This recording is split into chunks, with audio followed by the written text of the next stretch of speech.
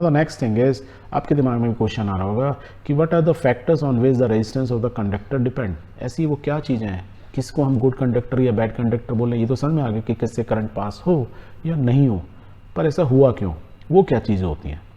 और हमने ये भी बोला कि आयरन का रेजिस्टेंस ज़्यादा है कंपेयर टू कॉपर या गोल्ड इज़ द बेस्ट, क्यों बोल रहे हैं।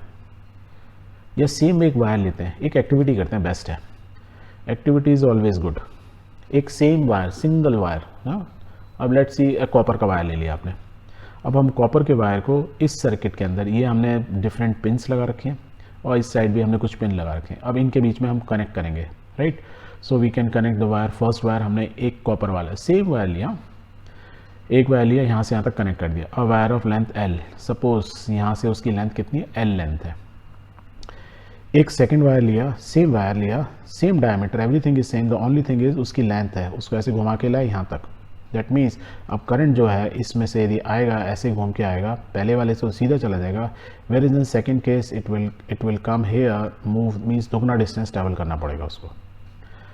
थर्ड केस में करते हैं wire of double thickness, means इसका दुगनी डायमीटर का हमने एक वायर ले लिया, पर लेंथ इज फिक्स।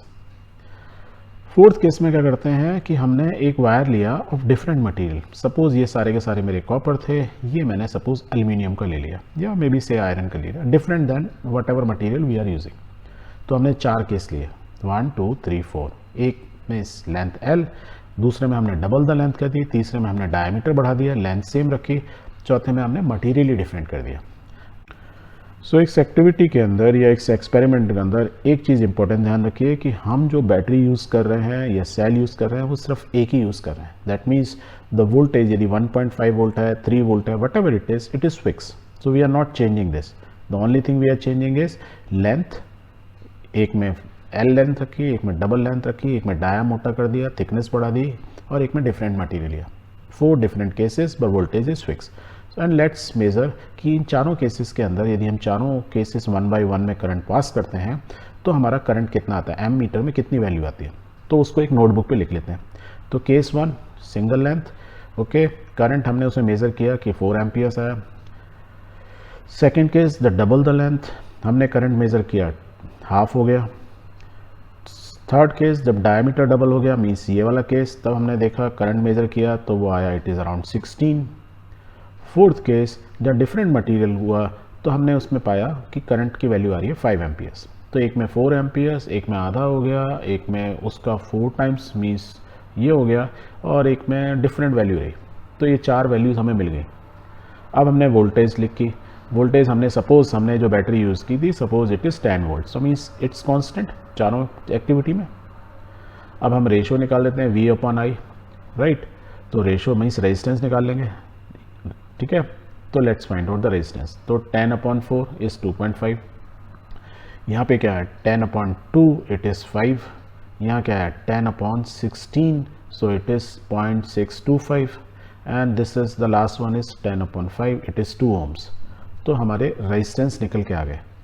अब इस चीज़ को यदि आप ध्यान से देखेंगे, पहला चीज़ जब हमारी लेंथ एल थी, एल लेंथ थी, फर्स्ट केस, हाँ, कोई भी मटेरियल हो, irrespective of the material, whether it is copper, iron, aluminium, gold, what ever it is, हम ये कह रहे हैं कि पहले केस में हमने तीनों जो मटेरियल, जो 3 केसेस यूज़ किए फर्स्ट केस के अंदर, द ओनली डिफरेंस इज एक में लेंथ एल थी, एक में डबल लेंथ थी, एक में डाया जा थी, बट सारे मटेरियल सेम थे, ठीक है।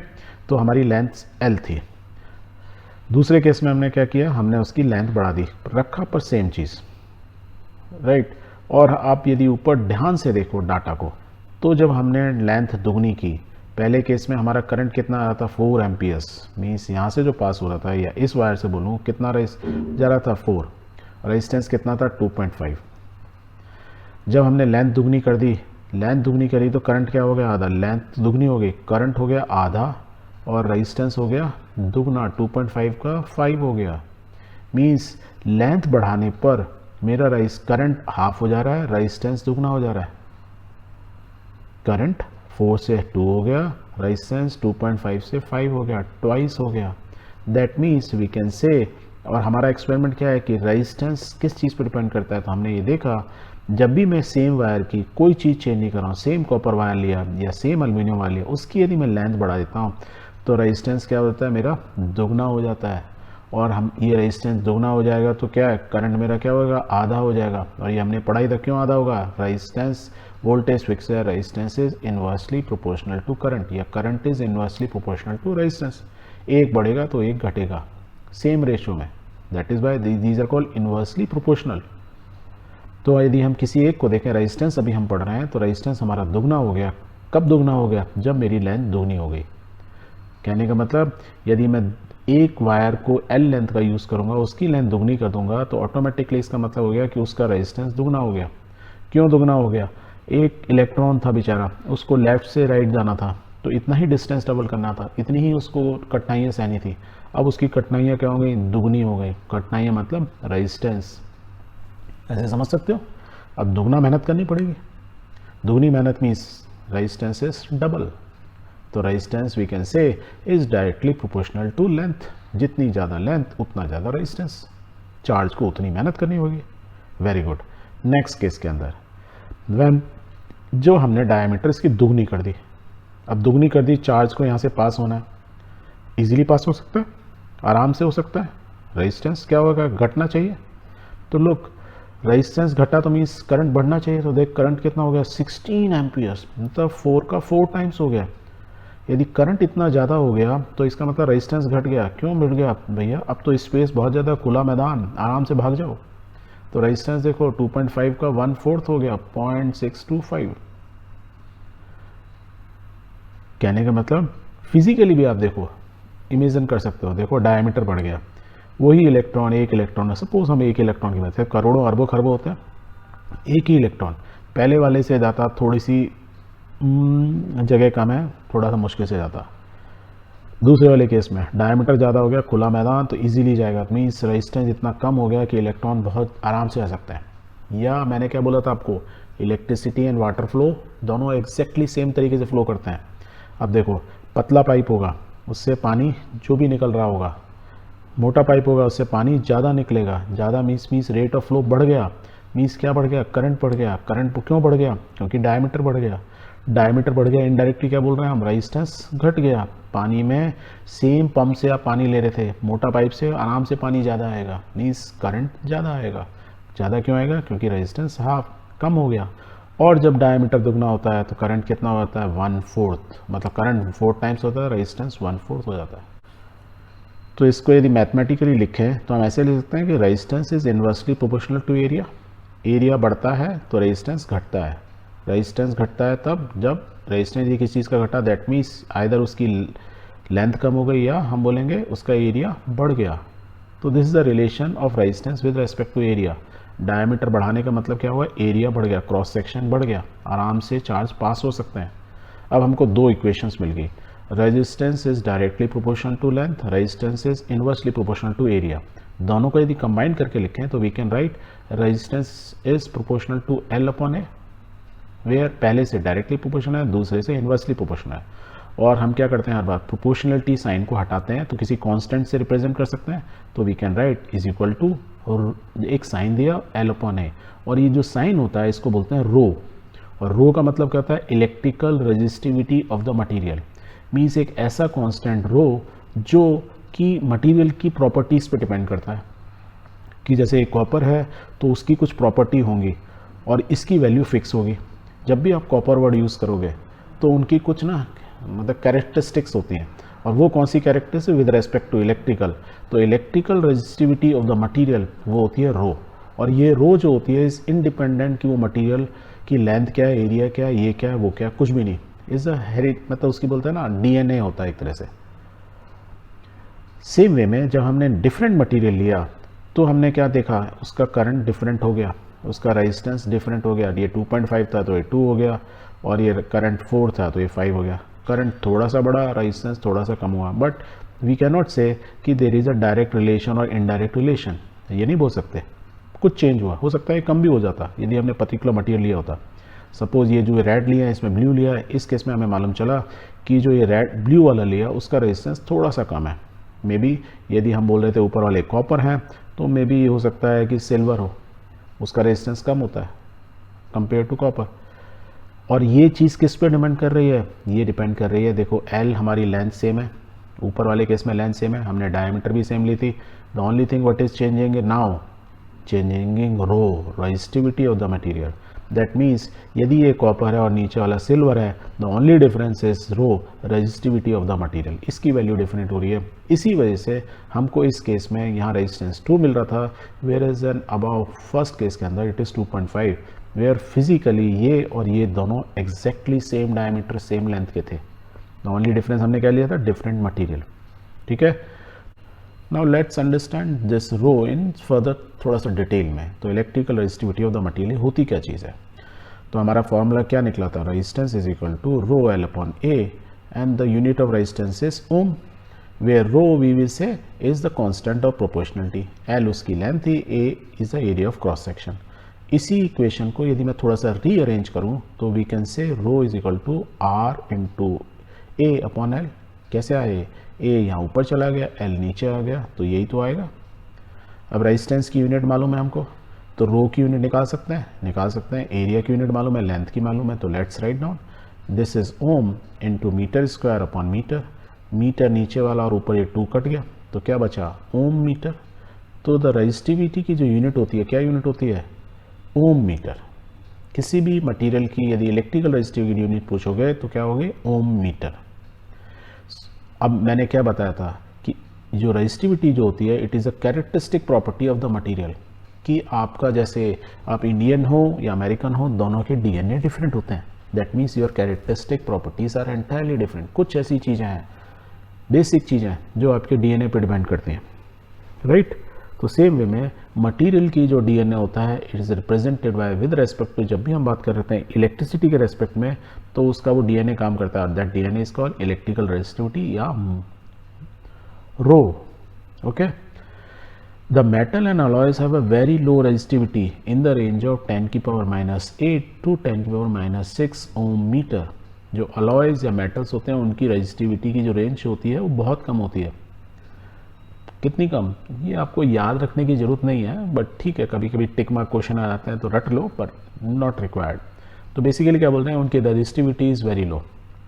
इलेक्ट्रिकल रेजिस्टिविटी मो की वैल्यू बड़ी छोटी सी वैल्यू होती है, but still this significantly impact the resistance. By the way, जैसे आपको यदि मेटल और अलॉयज का बोलूँ, सिंपल मेटल बोलूँ जैसे सिल्वर, देखो रेजिस्टिविटी 1.6 की पावर 10 की पावर -8, कॉपर 1.62 इंटू 10 की पावर -8, सब में 10 की पावर -8 तो है. तो अभी हमने जो एक्सपेरिमेंट कर रहे थे उसमें क्या था, हमने क्या बोला था, मान लो ये कॉपर है, रेड वाला कॉपर था 1.62, तो सिल्वर की रेजिस्टिविटी कम है. यदि रेजिस्टिविटी कम है तो मीन्स कम रेजिस्टेंस, तो करंट सिल्वर में आराम से फ्लो होगा कंपेयर टू कॉपर. इफ़ ऐसे कि आयरन है, आयरन की देखो रेजिस्टिविटी 10, यदि ये 10 हो गई तो ये फॉर्मूला देखो R is equal to rho L upon A. Same length है, सेम एरिया है, पर रो की वैल्यू बढ़ गई, दैट मीन्स रेजिस्टेंस बढ़ गया. तो आयरन में करंट कम फ्लो होगा कंपेयर टू सिल्वर, मतलब सिल्वर में इजीली फ्लो हो जाएगा कंपेयर टू आयरन. तो iron is a bad conductor of electricity compare to silver, या आयरन में रेजिस्टेंस ज़्यादा होगा. और जब किसी चीज़ में रेजिस्टेंस ज़्यादा होता है तो फ्रिक्शन होता है, जब फ्रिक्शन होता है तो हीट प्रोड्यूस होती है. यदि same amount of current iron से पास होगा तो आयरन का वायर क्या होता है, गर्म हो जाएगा, जबकि सिल्वर का वायर या कॉपर का वायर गर्म नहीं होगा.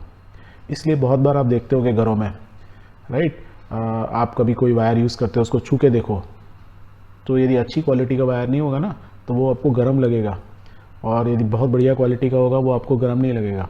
तो व्हाट इज़ द डिफरेंस, जो ख़राब क्वालिटी थी उन लोगों ने कॉपर के नाम पे आपको मिक्स कॉपर में आयरन वायरन और चीज़ मिक्स कर दी, एज अ रिजल्ट उसका रेजिस्टेंस ज़्यादा है. That means you are losing heat. Electric current किस में कन्वर्ट होता है, हीट में कन्वर्ट होता है. तार आपके गर्म हो जा रहे हैं, जबकि वो तार से हो सकता है फैन चला रहे हो या कुछ काम कर रहे हो, तो जो उसको काम करना था वो नहीं करके, वो तो कर ही रहा थोड़ा बहुत, but the losses are more. That is what is called the quality. The quality of the wire किस पर डिपेंड करती है, रेजिस्टिविटी या रो पर. सो इन टोटलिटी में हम क्या बोल सकते हैं कि metals and alloys are the good conductor of electricity. Alloy क्या होता है, मिक्सचर ऑफ 2 और मोर मेटल्स. फॉर एग्जांपल के लिए manganin is an alloy of copper, magnesium and nickel. Nichrome is a alloy of nickel, chromium, magnesium and iron. आप इनकी resistivity देखो, resistivity 44 into 10 की पावर -6 मीन्स यहाँ से बढ़ गई, ये 100 इंटू 10 की power means resistivity is increasing trend. Glass, कांच जिसको बोलते हैं हम, द ग्लास की इज एन अलॉय एंड उसकी resistivity is gone up to as high at 10 की पावर 10, 10 की पावर माइनस 14। सो मोर और लेस ग्लास बेसिकली अपने देखते हो ना, इसमें करंट पास नहीं होता है, तो इनको क्या बोलते हैं, insulators. Like rubber and glass have a resistivity of the 10 की पावर 12 से 10 की पावर 17। और भी बहुत सारे इंसुलेटर आप डे टू डे लाइफ में देखते हैं। एग्जाम्पल के लिए हार्ड रबड़, रबड़ आपने देखा होगा बहुत सारे वायर्स के ऊपर लगी रहती है। प्लास्टिक या ebonite, diamond is a bad conductor of electricity, इसलिए तो वो हार्ड है, उसमें कार्बन के मॉलिक्यूल्स एकदम कस के पकड़े हुए हैं, कोई इलेक्ट्रॉन इधर उधर जा नहीं सकता है। Is a very bad conductor of electricity. Paper, जो आपकी नोटबुक का पेपर है, इफ़ इट इज़ ड्राई, पानी नहीं पड़ा हुआ इस पर, तो it is very good insulators. इसलिए आप बहुत बार ना घर में आप ट्रांसफार्मर्स वगैरह छोटे छोटे ट्रांसफार्मर खोल के देखोगे तो उसमें पेपर लगा रहता है बिटवीन टू प्लेट्स। क्यों? Because it is a very good insulator. Insulator means the resistance is very high या resistivity is very high. Resistance क्यों हाई हो गया? क्योंकि रेजिस्टिविटी बढ़ गई, इसलिए रेजिस्टेंस हाई हो गया। एक और इम्पॉर्टेंट टर्म होता है या प्रॉपर्टी होती है, रेजिस्टिविटी बताती है कि both the resistance and resistivity of the material varies with temperature. जैसे जैसे टेम्परेचर बढ़ता है या घटता है, जो भी कंपोनेंट होता है, जो भी जिस चीज़ का ही बना है, वो कंडक्टर हो, अलॉय हो, इंसुलेटर हो या कुछ भी हो, कोई भी मटेरियल हो, उसका रेजिस्टेंस या बोला जाए रेजिस्टिविटी चेंज होती है। क्यों होती है? समझने के लिए आपको मैं बहुत सिंपल बेसिक उसमें समझाऊँ, डिटेल तो आप नेक्स्ट अगली फ्यूचर क्लासेस में पढ़ेंगे, पर समझने के लिए समझ लिया। दिस इज़ अ कंडक्टर, ये एक हमारा कॉपर का वायर है सपोज, यही हम शुरू से पढ़ रहे हैं इस चैप्टर में। ओके, उसके अंदर सो मैनी एटम्स हैं। अभी ये ठंडा है, नॉर्मल टेम्परेचर पे, देयर इज़ रूम टेम्परेचर, कोई प्रॉब्लम नहीं है। बट यदि मैंने इसको गर्म करना शुरू किया तो गर्म करने से क्या होगा? Energy will come. एनर्जी कहाँ जाएगी? इसमें जो एटम्स के चारों तरफ इलेक्ट्रॉन घूम रहे हैं उनमें एनर्जी आएगी। एनर्जी आएगी, that means the more energy is there the more turbulence is there. अब यहाँ पे टर्बुलेंस हो गया।